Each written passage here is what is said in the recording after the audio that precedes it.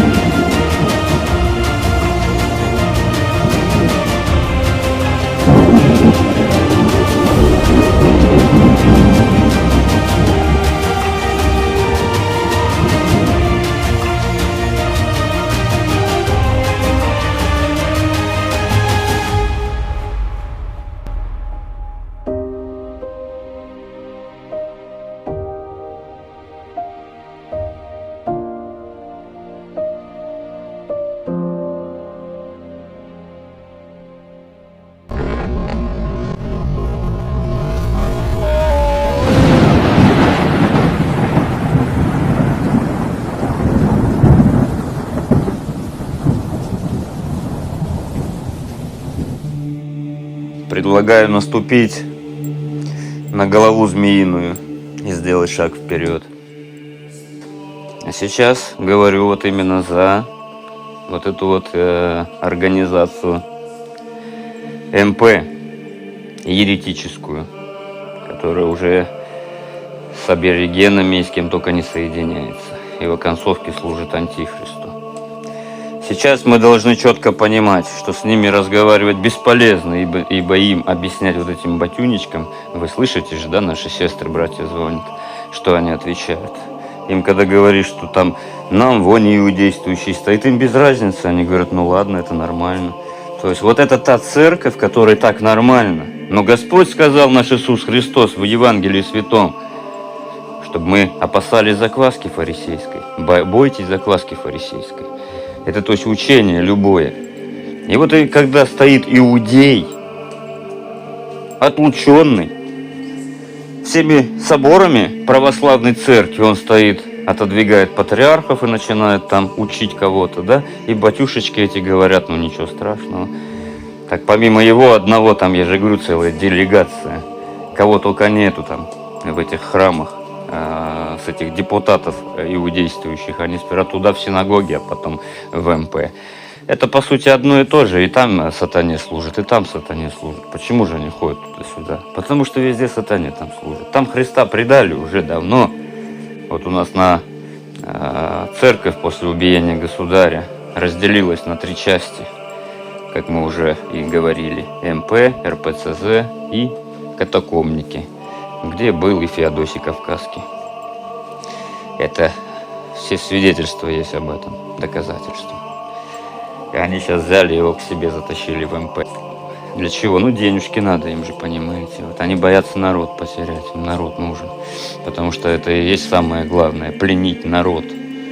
Пленить народ сатанинской властью, чтобы он вообще предал своего Бога и в забвении находился. Какое глумление и горе. Поэтому сообщить, что и Вселенский собор осудили ереси этой патриархии, и зарубежники соборами осудили, и катакомники, кровью засвидетельствовавшие это все. Все осудили. Поэтому и мы, царская империя, собрали собор и прокляли и осудили все это еретическое заблуждение, хулящее учение о Господе нашем Иисусе Христе, о Святой Троице, Боге нашем. Направить им, что они, будучи еретиками, доказанными многожды, обличаемы с разных сторон, все равно находятся там и тянут людей в ад. Они захватили наши храмы, захватили наши монастыри, святыни, мощи. Все они захватили у нас и пользуются прикрытием иудейской власти, то, что она их закрывает всегда. И думает, что вы что думаете, убережет вас эта власть от суда Божьего, от гнева Христа Бога нашего? Вы предатели, а предатель всегда свое находит. Предлагаю такой документ собрать, чтобы полностью был с доказательством, что ИМП это никакая не церковь, и что напомнить им, что они будут наказаны за то, что они захватили храмы, и столько лет они мучают сердца людей. Кому-то без разницы, они ходят туда-сюда, им вообще без разницы, они теплохладны к вере. А тех, которых мучают, сажают, сколько гоняют общин тех, которые к этой МП уходят оттуда, видят, что это ересь, применяют 15-е правило и уходят от еретиков. Их все равно провозглашают, что они секта, и начинают мучить, гонять, сажать, еще что-то, издеваться, насильствование какое-то устраивать, которое мы уже видели.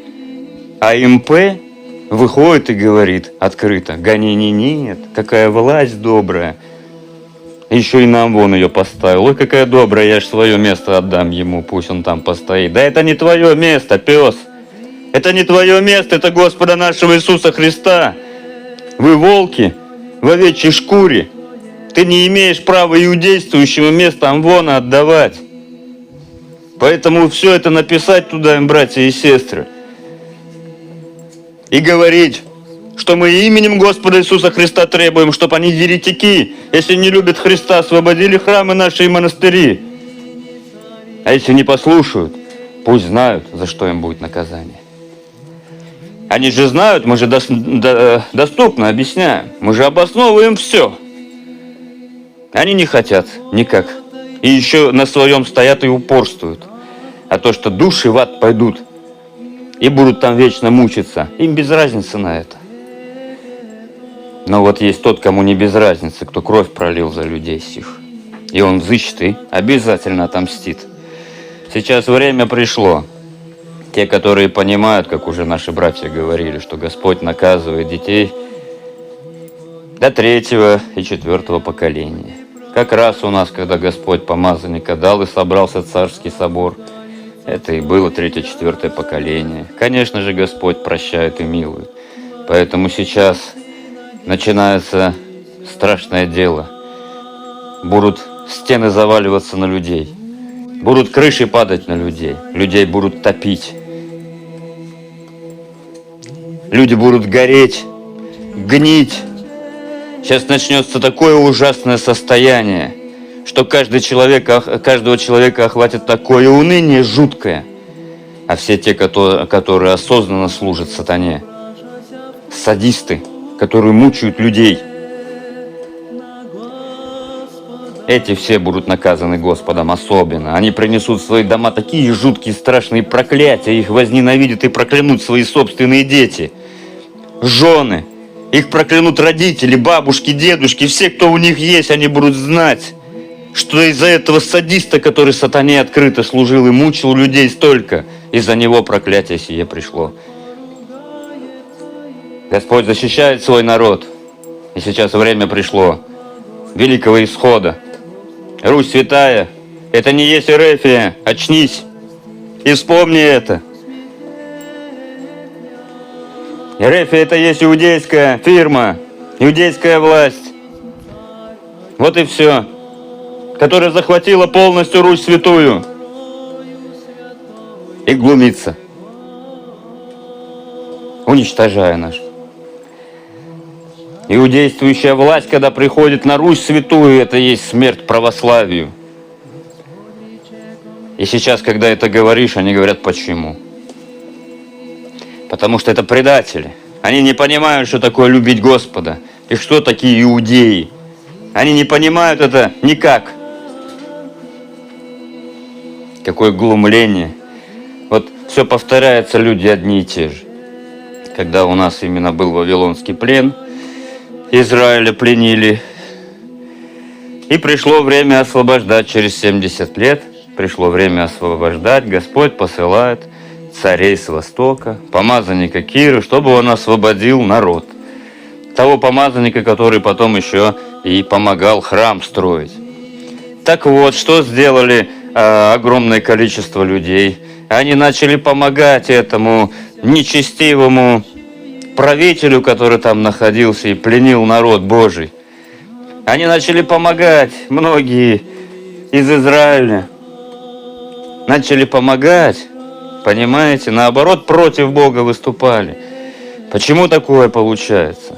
Во-первых, не распознают они время, в какое живут. И в молитве далече от Бога отстоят. И не знают, что Бог делает Израилев. А мы с вами должны соединиться с Господом, чтобы понимать. И вот Господь мне открывает, скажи им всем. Скажи им всем. Я говорю, Господи, я сейчас скажу им, а ты затянешь немножко. Будут глумиться. А Господь мне сказал, всем скажи. Сейчас такое будет жуткое состояние. Радость жизни уйдет от людей, всех предателей. Они будут волосы на себе рвать. Вот почему сказано, с Дома Божьего суд начнется. Вы посмотрите, как этих священников возненавидят. Они сейчас вроде как в славе какой-то живут. Поверьте, оно за мгновение обернется в великий ужас. Они будут ходить волосы рвать на себе и не знать, куда деться. Так говорит Господь всем, которые будут мучить сейчас, если люди захотят, вот смотрите, люди захотят, допустим, когда поймут, уже явно сейчас многие понимают, что это за власть. Она сатанинская, у нее идеология сатанинская, это четко ясно прописано. Всякой религии, которой она разрешает быть, она говорит, чтобы только и религия не имела никакой исключительности. То есть, они говорят, у вас религии никакой не может быть. По сути. Вот что они говорят. И это четко надо понимать, поэтому это сатанинская идеология. Это написано у Даниила, пророка, что именно Антихрист так будет делать. Он возвысит себя над всеми богами, так сказано. А Феофан Вышинский толкует, то есть над другими религиями он себя выше поставит. А это и есть гарант тот, который Конституции, то есть он себя поставил выше всех религий. И сказал, что здесь на Руси можете вы только те религии исповедовать. Если вы откажетесь от своей исключительности, так в каждой религии это как основное. Хоть ислам, хоть другие, это основное. Если другие не хотят защищать своих богов, пусть они что хотят делают. Потому что там богов-то никаких нету. Все язык бесовый. А мы Бога Израилева будем защищать. Отца и Сына и Святаго Духа. Будем защищать Его. Так все те люди, так мне говорит Господь, открой им и скажи, все те, которые увидят морду зверя и захотят убежать от него, они не убегут, он их настигнет везде. Это сатана. Он их найдет везде и убьет их, а прежде чем убьет, он будет их много мучить. Но только лишь те люди, которые захотят сердцем в царскую империю пойти. Именно как прообраз, когда Господь выводил народ из Египта, помазывали кровью косяки. Это как прообраз крови Господа нашего Иисуса Христа, спасающая людей. Сейчас Господь своей кровью находится токмо в РПЦ Царской империи. Запомните, я вам открыто всем говорю. Так Господь говорит, нигде больше крови моей нету. Нигде Он не проливает кровь свою. Токмо в Царской империи, в последней церкви, о которой сказал, врата ада не одолеют ее. То есть ересь туда не зайдет. Кто же мог на Руси осудить этого законно Кирилла, этого Гундяева, всю эту патриархию? Конечно же, тот собор, который не имеет документации. Конечно же, тот собор, который полностью живет в исповедании Господа нашего Иисуса Христа. А где вы сейчас найдете таких людей, чтобы полностью были не зарегистрированы в иудейской власти? Вот кто над вами имеет власть от Бога. Вас осудить, и мы вас осудили. Тем говорю людям, которые захотят сбежать от этой ерефии, но не в царскую империю. Она вас везде настигнет. Это сатанисты. Просто многие там на Руси попавшие не понимают, кому они служат. И как говорил батюшка Серафим Саровский, когда явно разделится одна сторона, станет за государя, другая за ту другую власть нечестивую с предателями и изменниками. То есть, да, тут батюшка говорит, что это произойдет разделение такое вот именно на Руси. Другой святой говорит, на Руси что-то произойдет в районе переворота. И сейчас как раз именно это время происходит. Мы с вами должны четко понимать, что Бог за нас все сделает. Он все будет управлять. Поэтому доверьтесь Господу. Но те люди, которые захотят в царскую империю уйти и скажут сердцем: Господи, выведи, Господь и же весь и судьбами начнет выводить. Поэтому, если те люди, которые заблуждаются, еще они должны услышать, что Бог пришел судить. Христос, которого отвергли все, Он явился судить. И я вам всем открываю, что Он горит в моем сердце и вам передает, что все, что я говорю, оно сбудется на вас. И вы будете мучиться, и орать, и визжать. Но у вас не будет слез утешения. Все, что вы будете орать, и кричать, и плакать, это будет ужас, и страх, и уныние. И нежелание жить. И не то, что нежелание жить, а возможности жить не будет, и умереть тоже. И как это понять, я не знаю. Когда время придет, увидите. За все предательства, что вы творили, за все, за каждую слезу у матери, за все будете отвечать. Поэтому, кто сейчас понимает, куда попал, уходите оттуда.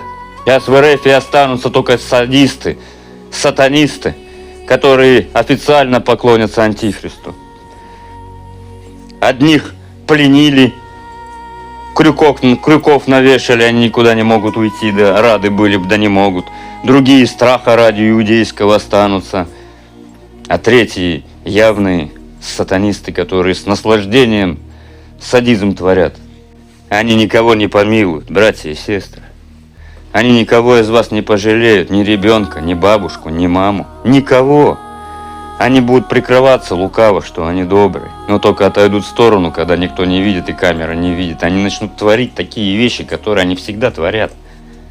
Почему Господь поставил помазанника в это именно время, когда Ерефия захватила Русь? Почему тогда Господь поставил? Почему дал этому помазаннику в этих колониях 12 лет пробыть? Потому что только там можно узнать систему их изнутри. Только там можно, с другой стороны, уберечься от соблазна. Поэтому Господь сохранил меня, как когда-то сохранил Иосифа в тюрьмах. Так же и меня сохранил. И я благодарю Господа, что я не соединился. Я вышел как братья и сестры, как ребенок. Мне надо было за руку брать и водить по городу. Двери открылись сами собой, и я шарахнулся от этого, потому что я такого никогда не видел. Как это так, двери сами собой открываются. Господь меня вот именно таким вот, понимаете, провел древним. И я только жил в жития святых и питался Духом Святым. Вот только этим был.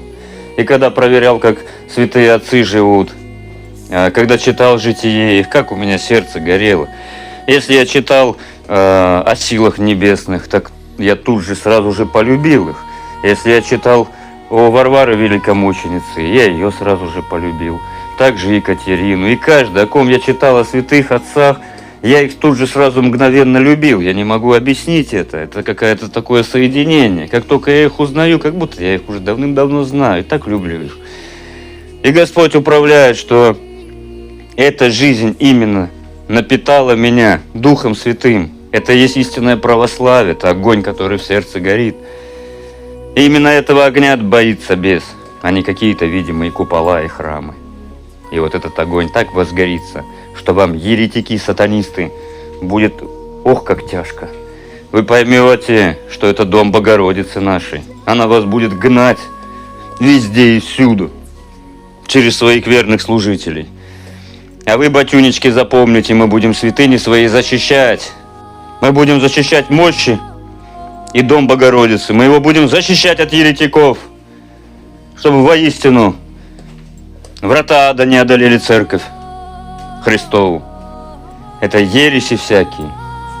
Поэтому всем тем, которые в МП находятся там, им надо вот это вот объяснять, вот это доказывать. Они еще спорят с нами, видя прекрасно, что эта иудейская власть открыта сперва. А то в синагоги идут, потом туда идут и разбредаются. Это же открыта, ясная информация. Валентина Матвиенко также приняла участие в сакраментальной церемонии зажжения 7 свечей. 6 из них в Петербургской синагоге загораются в память о 6 миллионах погибших в Холокост евреев. Валентина Ивановна, председатель Совета Федерации, Федерального собрания Российской Федерации, удостоена ордена на Русской Православной Церкви святой равноапостольной княгини Ольги Третьей степени и становится первым кавалером, или, если говорить точно, первой дамой, которая имеет все 3 степени высшего ордена Русской Православной Церкви.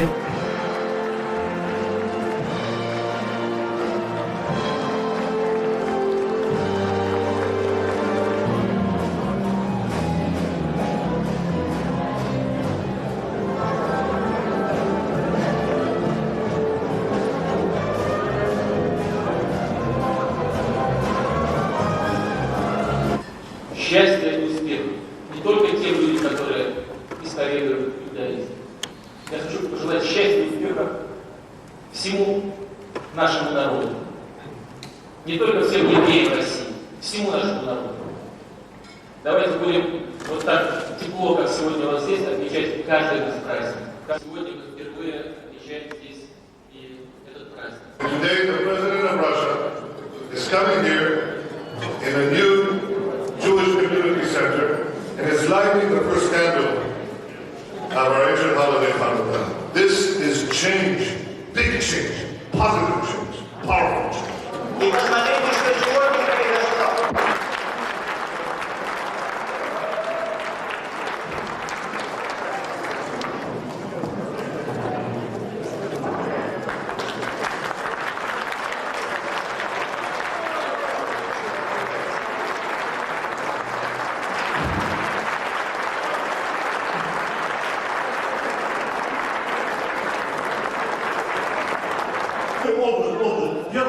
В первую очередь восстановить святую службу в храме.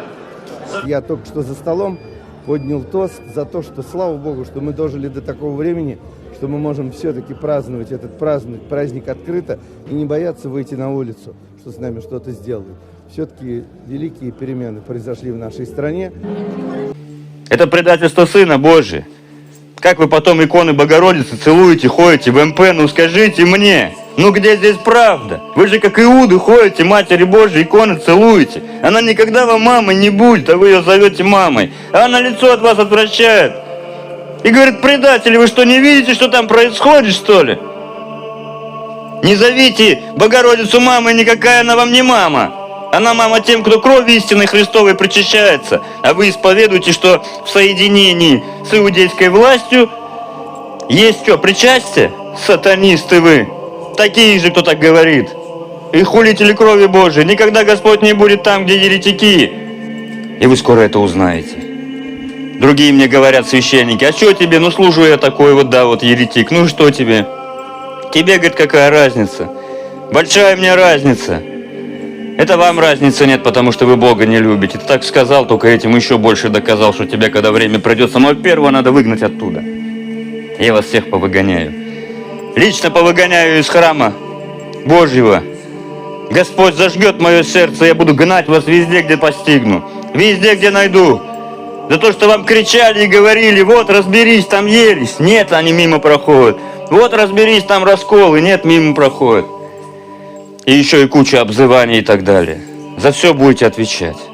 Все то, что Господь мне ложит на сердце и загорает мне огнем, я говорю и этим живу всегда.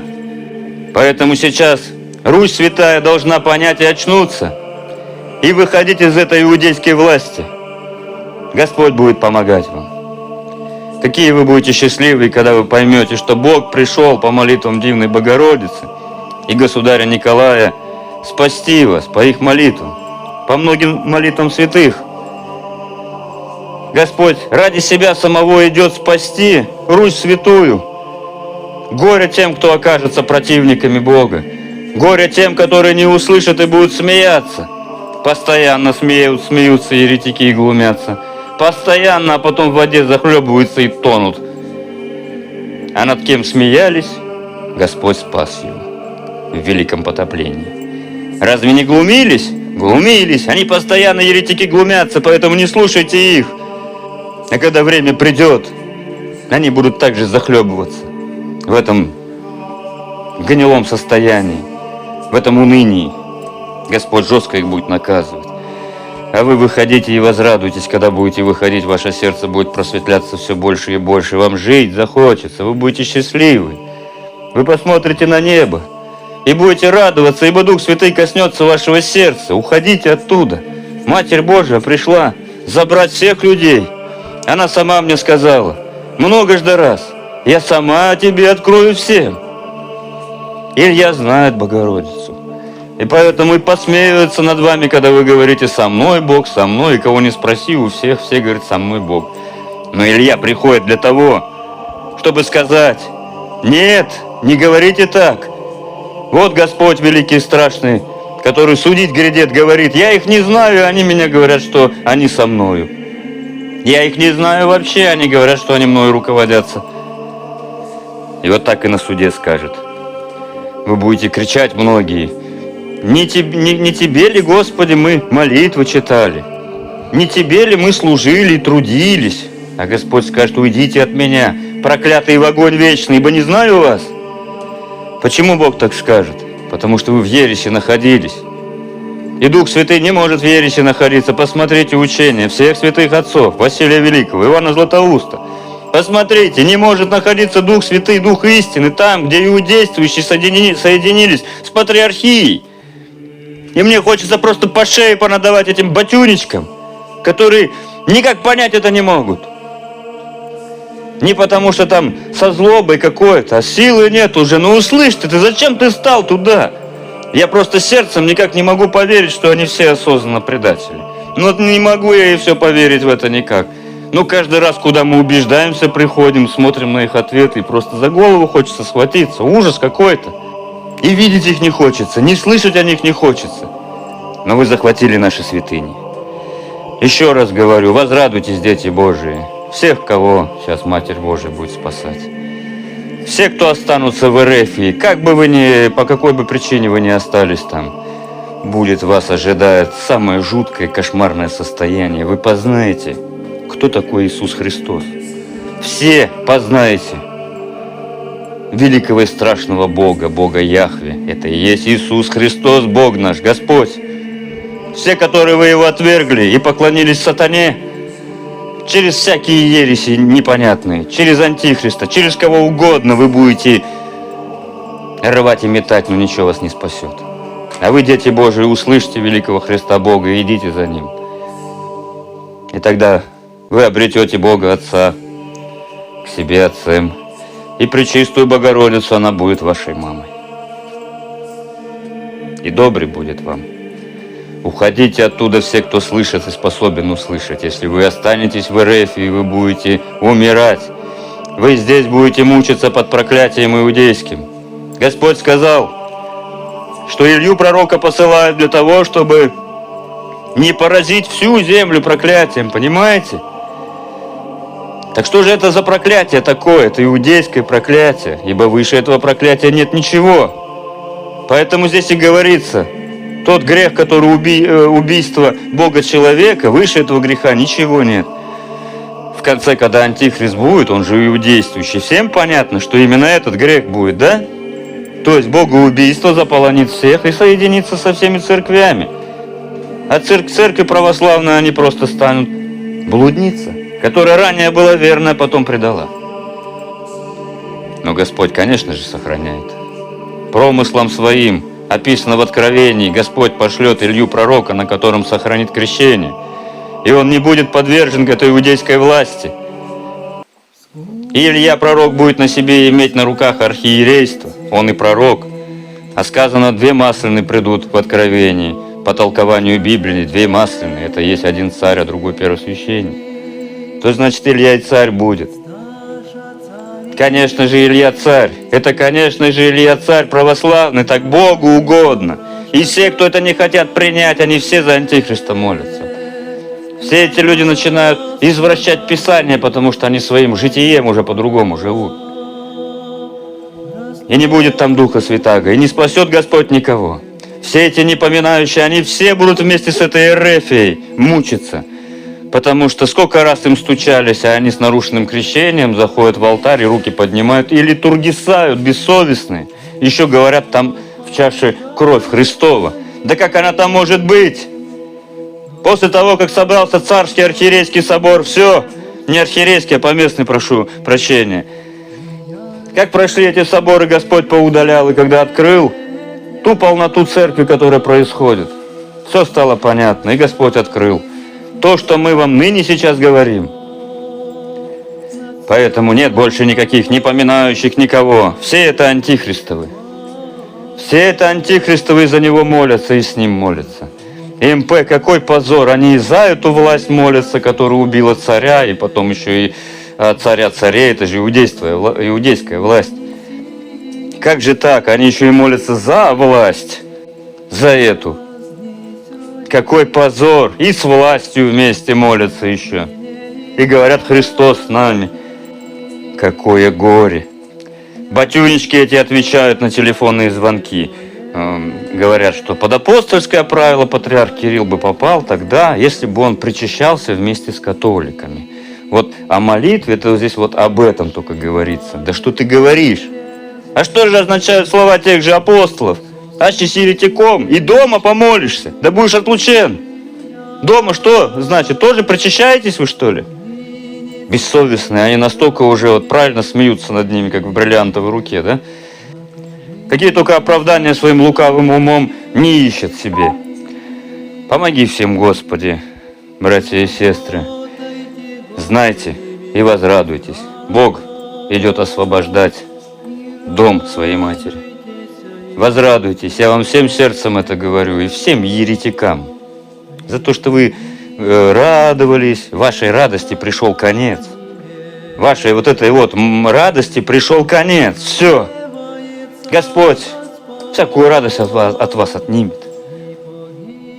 А вся ложная радость обернется в такую горечь и муку. Все, что вы делали, вылезет наружу. Бесы начнут вас мучить, которым вы служили. А мы все, которые служим Христу Богу нашему, Он начнет утешать нас. С Богом. Ну, давайте встаем. Что сидеть-то? Кто может, подтягиваемся. Веселее. Партер, балкон со мной, поехали все. Эй, и... Хава, нагила, хава, нагила, хава, нагила, бензеха. Хава, нагила, хава, нагила, хава, нагила, бензеха. Хава, наранана, хава, наранана, хава, наранана, бензеха. Хава, наранана, хава, наранана, хава, наранана, бензеха. Урвахим, урвахим, ресаме, урвахим, ресаме, урвахим, ресаме, урвахим, ресаме, урвахим, где сидим? Урвахим, урвахим, ресаме, я трафиника. Хава, нагила, хава, нагила, хава, нагила, бензеха. Бери его. Хава, нагила, хава, нагила, хава, нагила, бензеха. Хава, наранана, хава, Таня, наранана, хава, наранана, бензеха. Хава, наранана, хава, наранана, хава, наранана, бензеха. Урвахим, урвахим, рецаме, урвахим, рецаме, урвахим, рецаме, урвахим, рецаме, урвахим, все! Урвахим, урвахим, рецаме, эй! Поехали, веселей, мы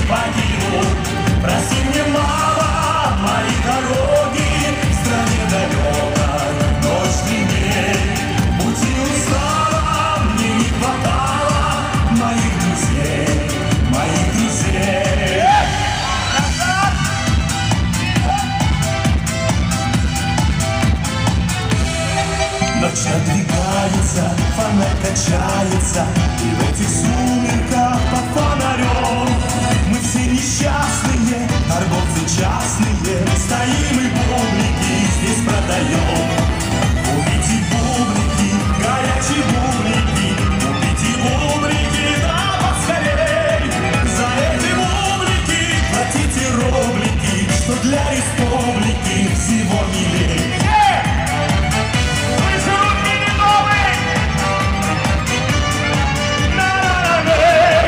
За эти бублики платите рублики, что для республики всего милей.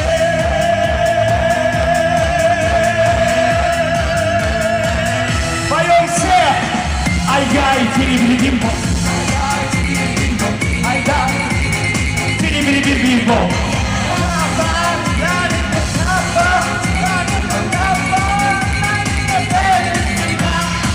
Ай-яй, тири-бери-бимбо!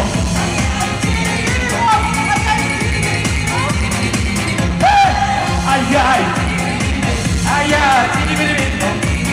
Тири-бери-бери! Поем весь зал! И ай-яй, тири-бери-бимбо! Ай-яй, тири-бери-бимбо! Тири-бери-бери-бимбо! Ай-яй, тири-бери-бимбо! Ай-яй, тири-бери-бимбо! Тири-бери-бери-бимбо! Счастья! Любви, здоровья! И с праздником Хануки весь мир и Санкт-Петербург! Выше руки весь зал! Право-лево! Это душа, это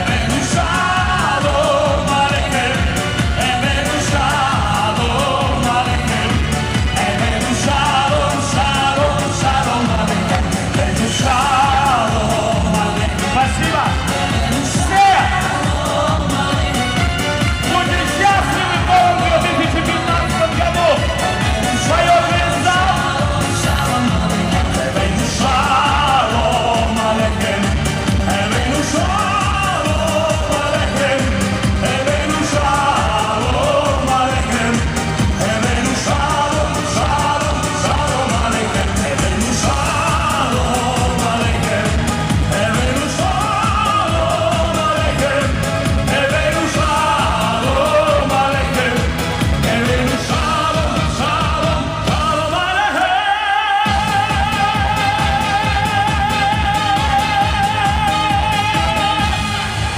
Николай Басков! И все подписывайтесь!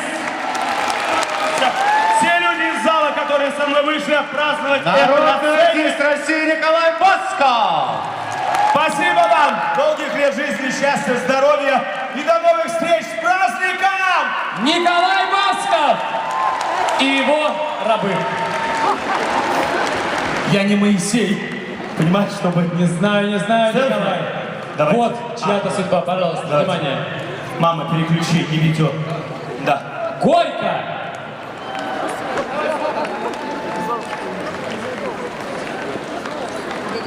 Ну, вот так постепенно, потихоньку наш вечер переходит в творческий вечер Николая.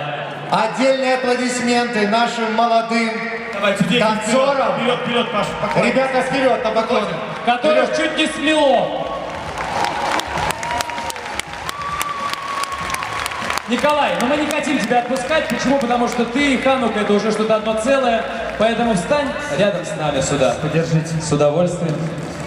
Внимание. Все. Цветочный рынок в Ледовом объявляется открытым. Спасибо огромное,